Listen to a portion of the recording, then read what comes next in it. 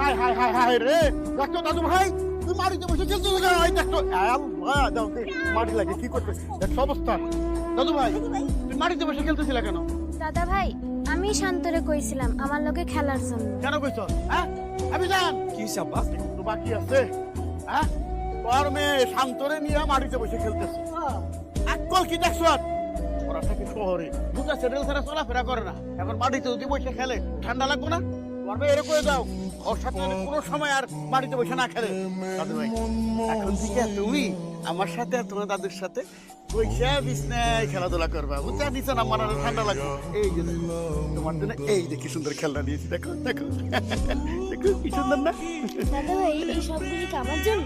দাদা ভাই সব তোমার জন্য। তুমি খুশি হয়েছো? খবরদার কেউ কিন্তু এগুলো দিবা না, সব তোমার। আচ্ছা দাদা।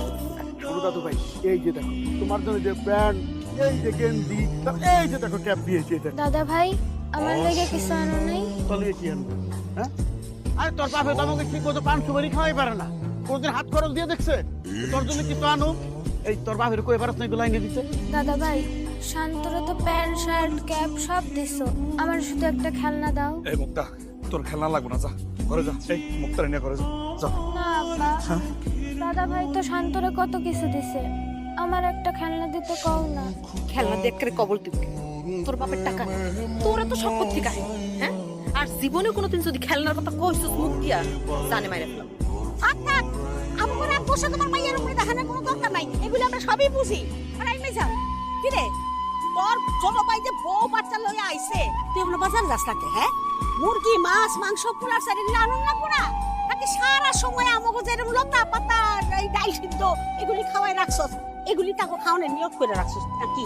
মা ইচ্ছা তো করে, ছোট ভাইয়ের বউ বাইস্তা এরা শহর থেকে আইসে ভালো মন্দ কিছু খাওয়াই, কিন্তু কেমনে বাজার করবো? আমার পকেটে তো কোনো টাকা পয়সা নাই।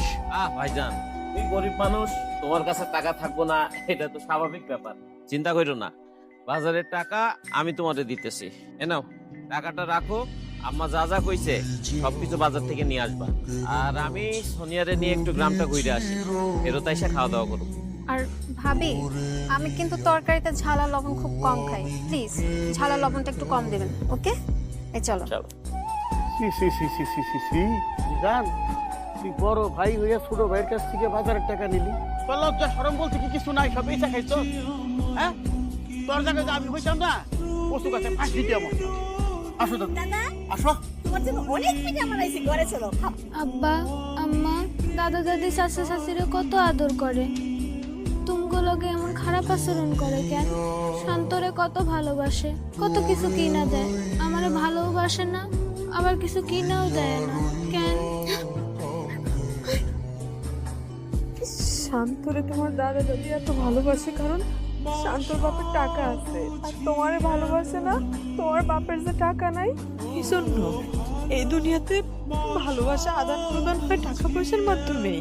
নাতিটা আমার মাশাআল্লাহ, আল্লাহ দিছে এত মিষ্টি এত সুন্দর, একে দিলীপ কুমারের মতো লাগে না গো? দাদুমণি শান্ত তো দাদার কোলে হইছে, আমি একটু তোমার কোলে বই। ওই তুই কি বাচ্চা শিশু বিরাট খাস? দুদিন পরে বিয়া দিলে তোর বাচ্চা খাচ্ছ, তুই এখন আমার কোলে বইতেছ আজকে? শান্ত তো দাদার কোলে বসে অনেক আদর পাইতেছে, তাই আমারও ইচ্ছা করছে তোমার কোলে বওয়ানোর লেগে। আমি তোমার কোলে বসি। শান্তর কাপড় চোপড় দেখছো কেমন পরিষ্কার পরিচ্ছন্ন, আর তোর কাপড়টা তো দুনিয়ার ময়লা। তুই আমার কোলে বইলে আমার কাপড়টা ময়লা হয়ে যাবো না? লেহাপড়া করতেছিস, লেহাপড়া কর মন দিয়া। নতুন নতুন পারছি না, ভুলে গিয়েছি। দাদা ভাই আমি পারি।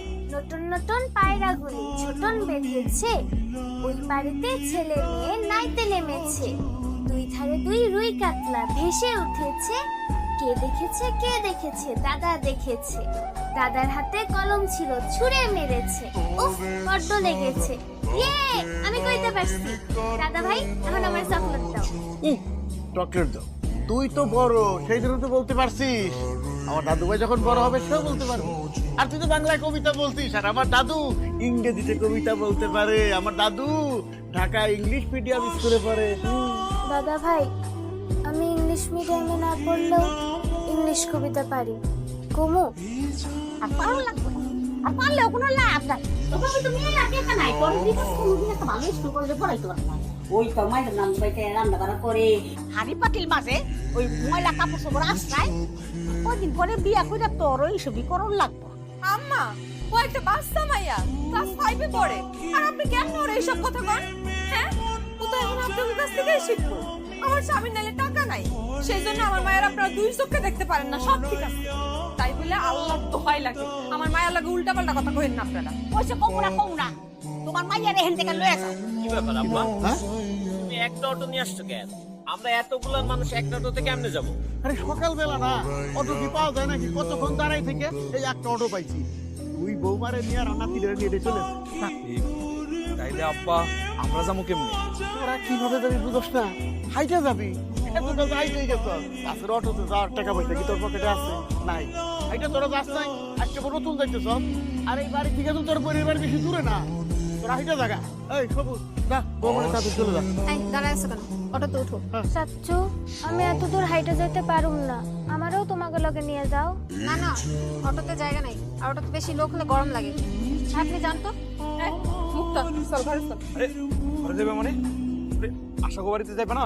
না তোমার বোনের বাড়িতে যাওয়ার 7 মিনিট গেছে তা আমরা নাহলে দুজনে হাইটা যাইতাম কিন্তু আমাকে ছোট মায়াটারে রাইখা কেমনে গেল কি এমন ক্ষতি হইতো লইয়া গেলে আপন চাচা চাচি হইয়া এই রূপ মায়াটারে রাইখা নিজেরা ভন ভন করে অটো করে চলে গেল আর তোমার বাপু কোন মুখে কইলো এই রূপ মায়া নিয়ে এতখানি পথ হাইটা যাইতে ওরা শহরে তো ঠান্ডা বাতাস সময় গাড়িতে শুয়ে অভ্যাস লেগে অনেক লোক যদি একসাথে উঠতো গরম লাগতো না এই জন্য চলে গেছে তাছাড়া আমরা তো গ্রামের মানুষ আমাকে তো সবসময় হাইতে অভ্যাস তাই না আল্লাহর নাম লিয়া চলো হাঁটা শুরু করি এই রোদের ভিতর আর কতক্ষণ দাঁড়িয়ে থাকবো একটু ওয়েট করো ভাইজানের ভাবি আসুক রে তোরা বাড়ির সামনে খারাপ রেছিস কেন বাড়িতে এমন যাস নাই এখানে দাঁড়ায় থাকবো না তো কি করবো ভাইজান আমি এই যে এত জিনিস নিয়ে আসছি এগুলো নিয়ে যদি আমি বাড়ির ভিতরে যাই তুমি তো আসছো খালি হাতে তুমি যদি খালি হাতে বাড়ির ভিতরে যাও তাহলে মান সম্মান তোমার থাকবে নাকি আমার থাকবে আর আমি বুঝলাম না ভাইজান তুমি কেন হাইটে হাইটে আসতে গেলা তুমি একটা রিক্সা নিয়ে আসলে কি এমন ক্ষতি হইতো রিক্সা ভাড়া না হয় আমিই দিয়ে দিতাম ছোট লোকই থাকে গেলা আসো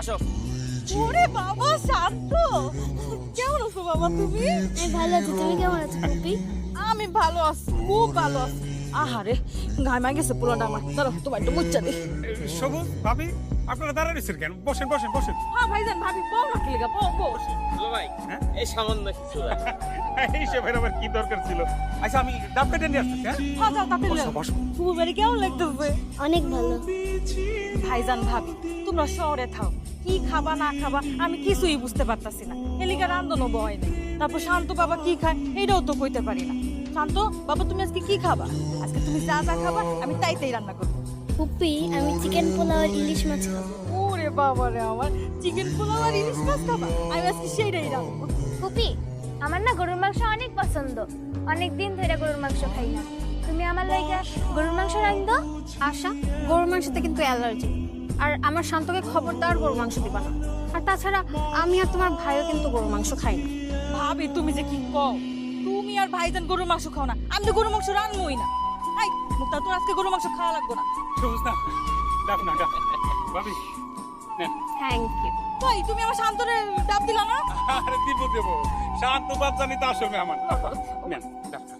ফুপা আমি তো অনেক দূর থেকে হাইটে আসছি আমার গলাটাও অনেক শুকায় গেছে আমারও একটা ডাব দেন আর কইসনার মুক্তা মরার কাছে 3টা ডাবই ধরছে তোরা তো গ্রামে থাকো সবসময় ডাব খাস তোর চাচা চাচি শান্ত ওরা তো ঢাকায় থাকে ওরা সবসময় টাটকা ডাব খাইতে পারে না এই জন্য অগরে ডাব দিলাম তোরা পরে খাইস ভাইজান কিছু মনে করেন না না আমি কি মনে করব কিছু মনে করি নাই তাছাড়া আমি তো ডাব খাই না আব্বা আমার যে গলা শুকায় গেছে আমি এখন কি খামো ভাবি আমাকে কলের পানি একদম ঠান্ডা তুমি ভাইজান আর মুক্তা মিলে গিয়ে এক গ্লাস করে ঠান্ডা পানি খায়ানো গলা তো ঠান্ডা হইবই হইব একার কুলজে সুদ্ধ ঠান্ডা হয়ে যাবে চল মুক্তা কল থেকে ঠান্ডা পানি খাবি চল না মা শান্ত ডাবের পানি খাইতেছে আমিও ডাবের পানি খামো তোর একদিন কইছি না আমার মুখের উপর জীবনে কথা কইরা